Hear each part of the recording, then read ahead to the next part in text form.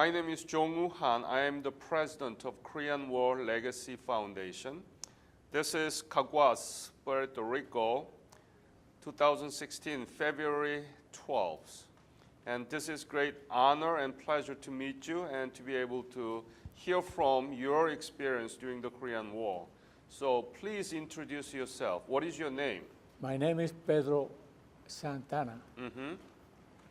And what is your birthday? My birthday is 4/27/1930.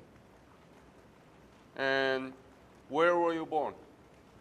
Where? Where? In a little small town in the eastern part of Puerto Rico, Yabucoa. It's an Indian name, Yabucoa. So please tell me about your family when you were growing up, when you were children, about your parents and your siblings. I was born in Yabucoa, as I told you, and I grew and raised in that town. With my parents and four brothers and sisters. I studied over there and got my diploma, high school diploma. When did you graduate high school? 1950. Ah. And then what did you do? Then I was called by the Army at the age of 21, or at the age of 20. So I started my training in Tortuguero, Camp Tortuguero, in the northern part of Puerto Rico. Did you enlist or drafted? I was drafted. Drafted. So you joined the Army, right? I joined the Army April 5th, 1951. In 1951? Yeah. Okay. So what was your specialty? I was studying, so my specialty was, when I finished my basic training, I was transferred to the medical company of Regiment 296 Infantry Regiment. So I stayed there for 1 year, and on July 15, I was sent to Korea.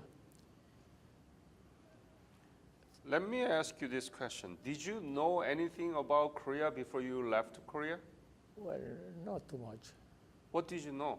Just Well, I know that Korea was part of was in the Second World War, became part of Japan, and then at the end of that war, the northern part of Korea was took by the Communist Party, and the south was with the Allied forces, with the United States. But did you know that facts before you left for Korea? Yeah, I left. Wow, you are very well educated. Thank you. How did you know I that? like to read. Oh, so you came That's to... my hobby, read and collect all history papers. So you are only very few Korean War veterans that I have ever interviewed with the prior knowledge on Korea before you left for Korea. Very nice. Thank you. So when you were drafted and you received the basic training and you knew that you were headed to Korea. I was headed to Korea and on July the 15th, 1952. How did you feel about it? You were going to war. You may lose your life. Well, I was a young man, so I was not worried about what would happen to me, because I was going with other friends from my hometown and friends that took training with me. So I was relaxed. Oh. How about your parents? Did they worry about you? No, they don't. They don't say anything about that. And you are here with your cousin. Yeah. Right there. My friend, my cousin. And what's his name? His name is Jose M. León Camacho. Camacho. Sergeant. He was a sergeant in the, Surgeon? yeah. You mean the doctor? No, sergeant. Sergeant. Yeah. And were you at the same time in Korea We met there. together? No, he was in another company. But he was sent to Korea first, 2 months earlier than me. So actually, when you arrived in Korea, you were with him in Korea, but not at the same area, No, right? not the same. He was in a heavy mortar company. Was in a medical company. Isn't that amazing? Were you able to talk to him over the phone or? No, No. we met sometimes when we were in the patrolling or around on the road. We met the heavy mortar companies there. So I saw him, but I never stopped to say hello to him. So You saw him? yeah, Oh. yeah. I took some picture with him. You did? Yeah, I have there some picture. Yes, we're going to scan it. This is amazing. You know, 2 Korean War veterans from one family. This is more than enough. Yeah. Yes, and we'll talk about that. And I'm going to interview your cousin later. Where did you arrive in Korea? I arrived in Korea on August the 10th, 1952. 52 or 52, 51? No, 52. You said that you were sent to Korea July On July 15th. 15, 52. 52, okay. And where did you arrive? I arrived in there's a camp, military camp, Camp Casey. Come Casey, but did you arrive in Incheon or Busan? Arrived in Busan. And how did you come up to Camp Casey? By train. Train. And tell me about the first scene of the Busan that you saw when you arrived there. How was it? How was people? How was city? Well, Busan was it's a port over there, but we went into the train and departure, so we don't have enough time to get together with other people. So you arrived in Camp Casey. Camp Casey. And tell me about your routine duty. Well, what did you do? In Camp Casey? Yes. Well, by that time, the 65th Infantry Regiment was in resting area, and I was sent to the medical company, 2nd Battalion Medical Company, and we spent there around 3 weeks before going to the battle camp. Mm-hmm. So we stayed there, and during the night we drink beers, and it was a river close to the camp, and we stayed there during the night drinking beer. We put the beers there, and so in order to get cold, You don't need a refrigerator, right? No. Yeah. No. And then, did you participate in the battle, or tell me about your typical duty service that you provided there? When I was there, I was sent to the medical company, as I told you, and I assigned to the 2nd Battalion. And on September 8th, 1952, I was sent to the 2nd Battalion. As I told you, the F Company was occupying Kelly Hill. Kelly Hill. On September 8th. Yeah. And during the night, one airman was killed there, and they needed a replacement for.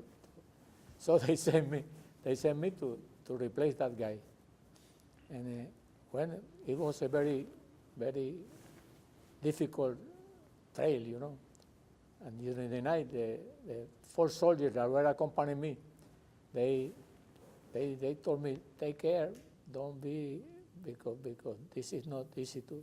It's very dangerous to walk out this way. Well, at 6 or 7 in the morning, we arrived to Kelly Hill? to Kelly Hill. Kelly Hill was a. We have to use to climb there. We have to use electrical cords, something. And then I got there. When I was there, it was around 7 o'clock in the morning. I met there a soldier from Puerto Rico, from my hometown. And he came to me and embraced me and told me, "Oh, take care because it's not easy to be here. It's very dangerous. So take care. And we're gonna be in that listening post over there. And we will talk later about how it is and how is Yabucoa, my hometown, because I have reached there 1 month earlier, and he was there around 3 to 4 months there before. Then I went into the bunker. He went to the listening post, and I went into the bunker with other 5 soldiers. I didn't know them. They belong to the Company F because Company was occupying the hill. Well, at 9 o'clock in the morning, around 9 o'clock, the Chinese they start attacking us. And then in my bunker,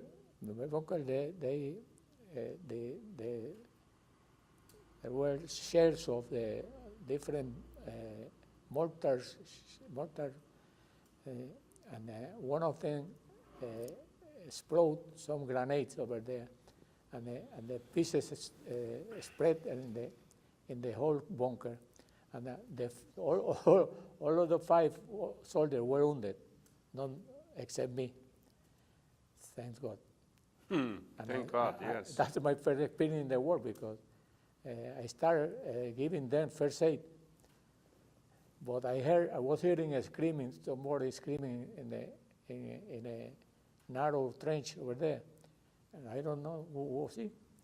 And as I finished my first aid job with 5 soldiers, I went creeping or crawling over there, and I saw that it was my hometown friend that was. So you were a medic? Yeah. Oh. Because he was a tall guy. He's better, and I was a thinky guy. So I started trying to give him first aid, but he died in my arms. That was my first experience there. Then I was sent to the top of the hill to spend there 7 days more. And I spent the whole 7 days more in that hill. Uh-huh. And it was stinky powder gone. And then at the end of the 7th day or 9th day, I don't know how you call it, we left Jackson. We left Kelly. And in my platoon, there were around 40 men, and we go down. We left the hill, only 10. Then we went to the main line of resistance. As soon as I went down from Kelly, we were assigned to occupy the main line of resistance for 3 weeks more. Then That's a very far front line, isn't it? Yeah. Yeah. So you were able to see many Chinese. Yeah. What did you feel about Chinese soldiers? There were too many. Can you describe how many? It's very difficult to say. If you kill 10, you say if you kill 1,000, they appear 10,000. So that's very scary. Yeah. Then we went into the resting area for for 3 weeks more. And on October the 23rd, we were sent to Choron Valley. Choron Valley. So one. Mm-hmm. And it was in a little OP, observation post. We spent there 5 days on the close to Jackson High. It was close to Jackson High. And then on the night of April 27, October 27, the Chinese attacked Jackson High. Jackson High was not the original name. The original name was White Horse. Mm-hmm. And then we were sent to reoccupy the hill, to recapture the hill. And then we recaptured the hill, and we have a different, bad experience over there. What kind? Well, it happened that we all the troops were the Company F and Company A, Able Company, met together there, and we were lost, you know. We were lost, and we didn't know what those men are doing there. Were doing there. Then so we abandoned the hill because we don't. The hill was very hard to the top of the ground was rock, only rock. So we didn't see we didn't meet our officers. So we decided to go away. So we walked along the valley. Valley was full of water, and then we stayed close to the river there, and then came Colonel Betances and told us to go over there again, to return back to the hill, to Jackson. We say that. So you are sick and tired of climbing up to the mountains, right? Yeah. There are so many mountains in Korea. Yeah. But Jackson was, it's in there were too many mountains in the Choron Valley. And then we say to no to Colonel Betances. No, it's very difficult, and we were in peril there. So you were medic, and you treated so many wounded soldiers. You might have seen so many soldiers dead, right? Yeah. What did you feel? How did you endure that? Well, it's very bad experience to see friends of mine just were killed and some were wounded. Their legs were caught by it's very, very hard to think about that. Do you have kind of nightmare in your dream? Sometimes, yeah. Sometimes? Yeah. Does that still bothers you, Yeah. right? Well, that day I received too many mortar rounds close to my. I was giving first aid to some of the soldiers, you know. They called, medic, I'm wounded, so I have to leave this one. Medic, I'm wounded, so I have to go to the other. Medic, I have to go to very hard. And then I received so many impacts of the mortar rounds, and they explode my ear. And I have a Hearing problem? Yeah, hearing problem. In this year. Yeah. You got the Silver Star, right? Yeah. How did you get the Silver Star? Well, that's another story. I was sent back to the medical company. I was the whole time I was in Korea. I spent in Company F. I didn't know too many people of the medical company. The captain, I don't know anybody there. But when you are in the front lines for so many time, and you have around 2 weeks, 1 week or 2 weeks to departure to come to Puerto Rico again. So they send you to the back of they took you from the front lines and sent you to the resting area. Then, but I didn't know nobody there. So every morning I used to go to the road and ask for somebody to take me to the to the company F. And then I spent the whole day there. And then at the evening I came back to the company, medical company. Every day I had to do it because I didn't know too many people in medical company, as I told you. And one day in February 14, 1953. 53? Yeah. Mm-hmm. I was in the area was Songdoni. I don't know. Songdo? They have the name is over there. Okay. It's the F company was there, so I was visiting my old mates. I spent, let's say at 5 o'clock in the evening, afternoon. The company was in a little hill, you know. It was winter, you know.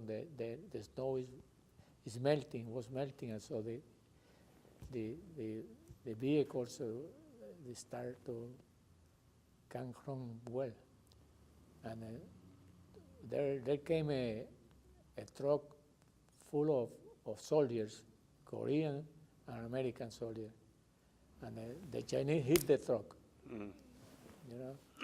So we know that obviously there were people there. So somebody have to go there,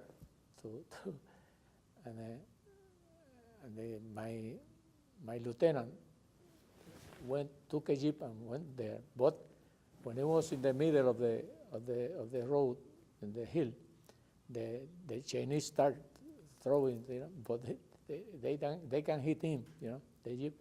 So he decided to come back, and then came another soldier from the medical company that was there and told me, let's go to save those people. And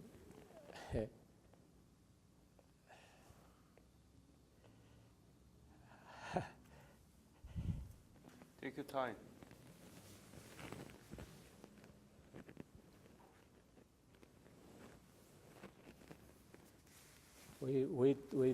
He was driving the jeep. I was accompanying him, and we went down the hill, and the Chinese started trying to hit us, the jeep. But we arrived safely to the truck and start taking care of those people. I recall that there were 3 American soldiers. One of them was hit in the abdomen, and there are a lot of Korean. You know. So we start with the jeep, taking them to the first aid station. And we spent around 3 to 4 hours taking them to the first aid. We took 2, we came back 2 more because it was in the jeep. And when I came back to Puerto Rico, I was awarded with the Silver Star? Silver Star. Oh, okay. So government awards you with the Silver Star for your heroic salvation of those wounded soldiers. Yeah. Ah. The Silver Star is the second. Third. Yeah, third. Yeah. Very nice. You did save a lot of soldiers. How Yeah. many? Yeah. I don't know because we took 2 and then took 2 to the station. So we came back, took 2 more. So when did you leave Korea? I left Korea by the end of February 1953. Mm. And I stay one. I was supposed to be discharged on April 5th, 1953, but as I received I had a condition of my ears, so I spent around 1 month in a hospital here in Puerto Rico, and then they discharged me. 1 month. Did you know why you were there in Korea during the war? What you mean? Why you were there? Did you know why you were there? Well, I know that we were fighting the communists. I am proud to be part of my contribution to save Korea from the communists, and with my contribution to the war, I'm proud. And in the middle of those battles, and you have to give them a first aid treatment, were you fearful? Were you afraid? No. What were you thinking? Well, I was thinking about, especially with a friend of my hometown. He was killed died in my arms. And someone, it's very, very, very, when I recall that, I start thinking about that. Must be very painful for you to observe all those wounded soldiers and dying soldiers. Yeah, I was a young man, by that time, but I feel, So which one is the Silver Star medal? That's the red one in your chest? Which one is silver? This one. That's the Silver Star? Yeah. What's the red one? The Bronze Star. That's the Bronze Star? Yeah. So how did you get the Bronze Star then? I don't know. I received 1 Bronze Star and 1 Silver Star from the same At the same time? time. Ah. Is that right? Yeah. So you must have saved so many soldiers, getting 2 big medals, right? Well, yeah.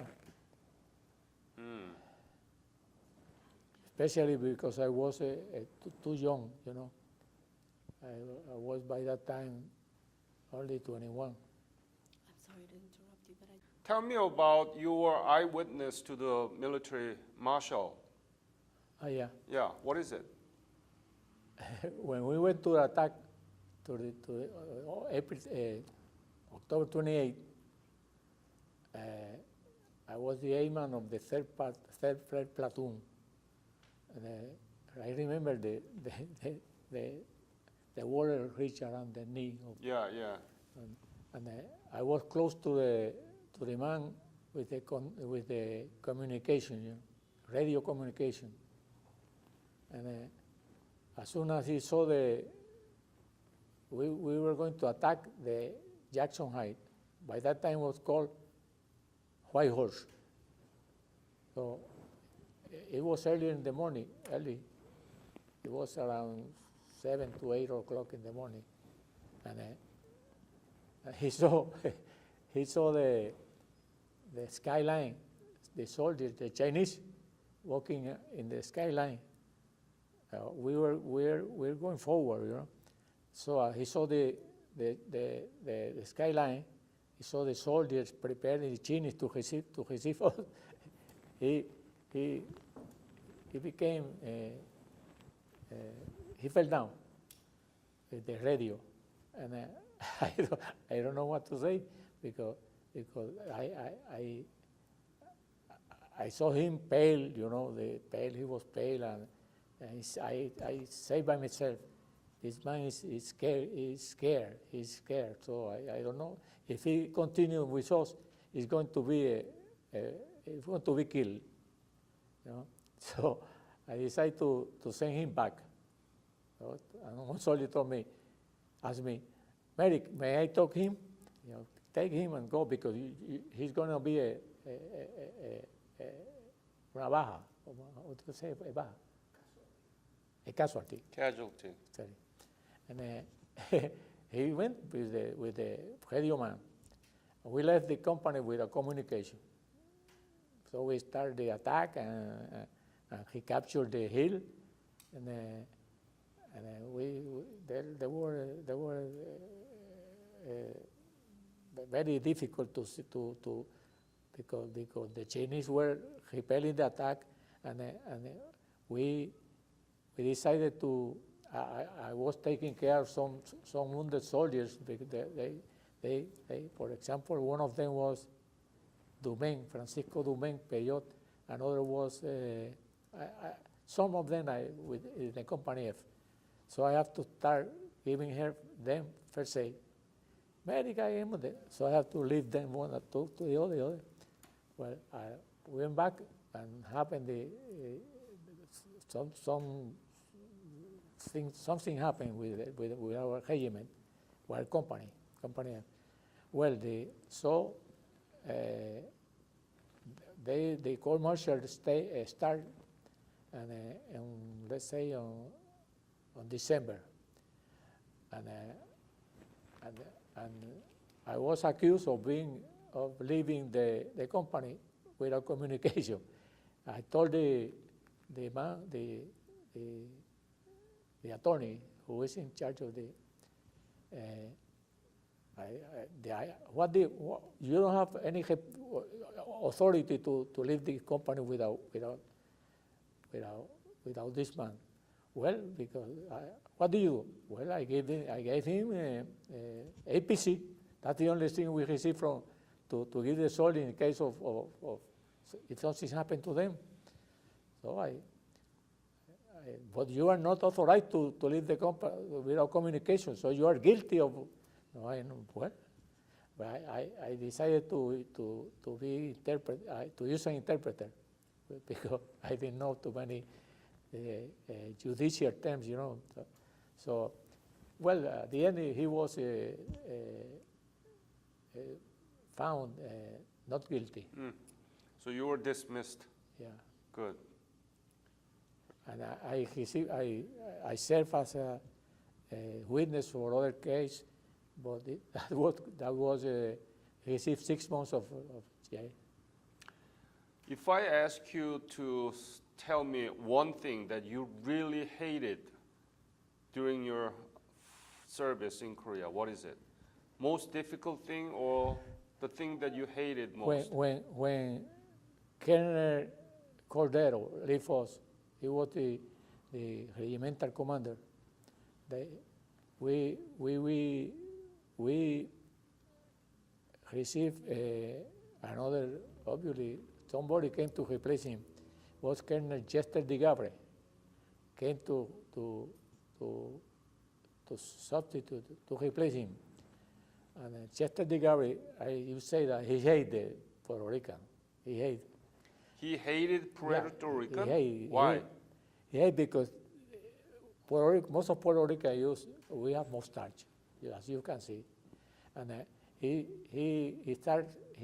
gave an order to all Puerto Rican not to have mustache, to shave the mustache. And our vehicles have a Borinqueniers letter in there. He painted. He said he ordered to paint them, not to see that letter. And I say that the man who was guilty of what happened to the 65th, it was Chester DeGabre. No other one. He gave different orders in order. He confused all the company, able company, and all the soldiers that were that day there. So you disliked him? Yeah. What was the most difficult thing, except to that? The most difficult thing was it coldness, or you from Puerto Rico is so very hot, warm, Caribbean, and Korean winter was... No, because I was too young. I don't... Then what was the most difficult thing? Did you have a girlfriend at the time? No. No? Oh, yeah. By that time, yeah. My wife. Oh, you were married? Yeah, I have 62 years married. No, but when you were in Korea, No, were you no, married? no, No, not you yet. had a girlfriend. Yeah, I have a girlfriend. Did you write a letter back to her? Yeah, sure. What did you write? Well, the experience in the Korean War, how is Korea and everything. I love her. And he said, I love you. Mm. But the most difficult thing about Korea, except the Gabre, that Colonel de Gabre, that What? Which one? Colonel Chester de Gabre, the one who played Colonel Cordero. He ordered to shave our mustache. Yeah. But the most difficult thing I recall is the friend of mine that was killed and the soldiers that were that day in February 14. I took care of them. I was awarded with it. That's my best remembrance. Mm. Do you regret now? Do you regret that you were in Korea and No. your service? No, No? No. Are you proud? I'm proud to be. I'm proud to be in Korea and my contribution with the Korean War and the people to be part of the 65th Infantry Regiment. That's my pride. Hmm. Have you been back to Korea? No, You never go back to. no. 3 years ago, 4 years ago, my son who worked in the American Airlines told me, I'm going to take you to Korea. But at this age, Do you want to? I like. You know, Korean government has a program, Ministry of Patriots and Veterans Affairs. It's a VA in Korea, and they have a program called Revisit Korea program. Yeah? And they pay for almost everything and more than half of the airfare. So if you are interested in going back sure. you can apply for it, all right? Yeah. Yes. Thank you. Do you know what happened after you left Korea in Korean economy, Korean politics? Do you know anything? Do you have some updated information I about continue Korea? reading about Korea, and I know about the armistice and the demarcation line, the line. And I read about the guy who is governing North Korea. Yeah. He said I have a hydrogen bomb to attack us. How about Korean economic development? Do you know? Korea is one of the most advantaged countries in the world. I read about that. I read about the woman who is president now in Korea, and everything I find in the newspaper. I read about them, about Korea. I am proud to be in Korea. Yeah, you should be, right? Sure. Yeah. The country that you remember when you left Korea in 1953 was miserable, right? Yeah. The country, Korea. Mhm. So, yeah. Seoul was destroyed. Busan, Incheon, all those places. The war destroyed, but now it's very well developed. South Korea is a very small country with a lot of mountains. Yeah. And the completely demolished and destroyed country now became the 11th largest economy in the world. You know that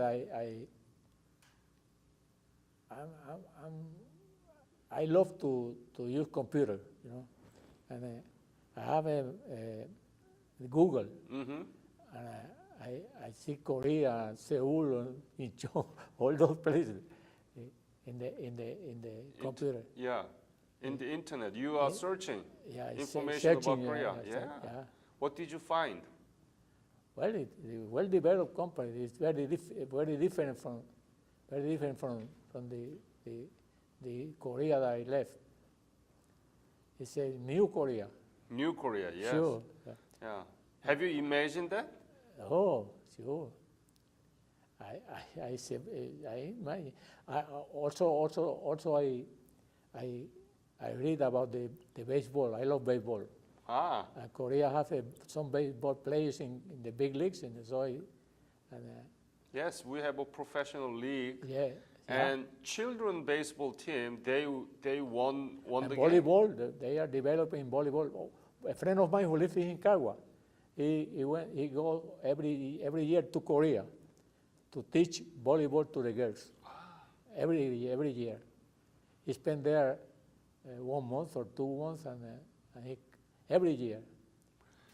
So the Korean War you fought is very important historically because after you fought for us, Korean people were able to accomplish simultaneous economic development and democratization. But it's been regarded as forgotten war. Why is that? What do you think about that? Well, Why Korean War is forgotten? Korea from everybody. Yeah. Well, they are expecting what North Korea is going to do. So we story about how is Korea, the president of Korea, the well-developed country that is Korea, and everything Korea because Korea is part of our life. You know, Korea is part of our life because we spent so many months there, and I have a comparison between Vietnam War and Korean War. I have it there, and I found that Vietnam in 14 years lost around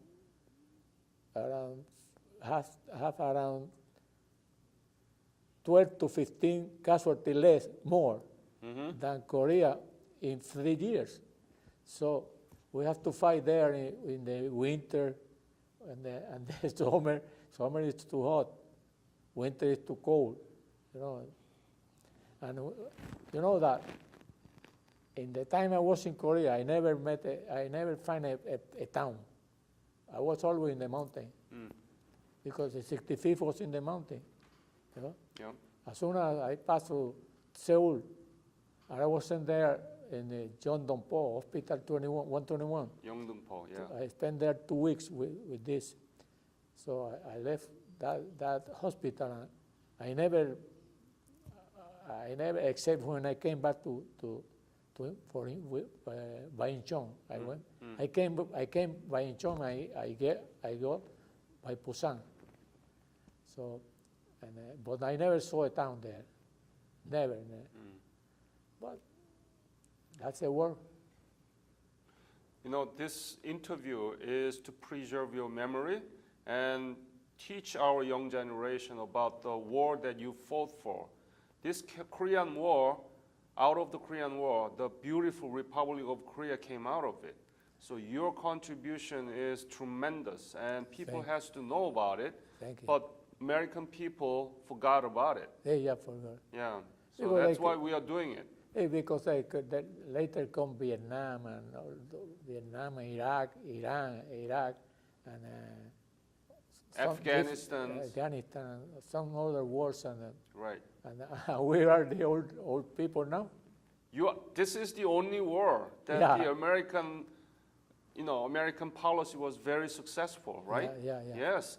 Wow, you making very good point. And your comparison of the Korean War and Vietnam War is very, very appropriate. I have an album there, and you can see it over. Compare it. The last to die, the first shot, everything. Any other story that you want to tell me? Well, in addition to Jackson Heights court martial, any other story that you want to tell me?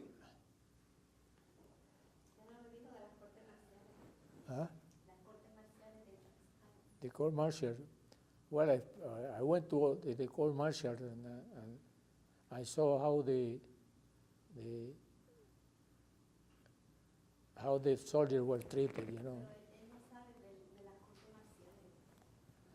how the people were, how the soldiers were treated, and I would say that that none of us or none of the people who were found guilty were guilty. We were not guilty of that. The 65th was not guilty. The Company F that was most involved in that situation, and we were not guilty. I want to thank you on behalf of Korean nation and Korean people for your courageous and valor, you know. Thank you. And you saved so many soldiers as a medic. And because of your contribution and sacrifice, Korea is now stronger than ever. And we are the strong ally to the United States. I congratulate you, Korea, for the develop and how is Korea now. You know? How I left Korea and how it's now. So congratulations for your efforts and all you have done to increase the economy and all those things that contribute to well-developed country and to defend the country from the North Korea, from the communists, from the crazy man who is governing North Korea. Well, Pedro, you are a wonderful soldier. thank you. Very nice to meet you, and it's my honor Thank you. to recognize your contribution to what Korea is now. Thank you. Thank you. Okay? It's a pleasure for me. And I hope that you and I work together so that I can bring you back to Korea and go back to the main line of resistance, Choron Valley, Yeah. and White Horse, Jackson Heights. Kelly Hill. Yes, Charlie Hill. Yes. You're not going to believe your eyes Oh, thank you. because it's so completely transformed. Yeah. Okay? Good. Thank you. Thank you. Yep.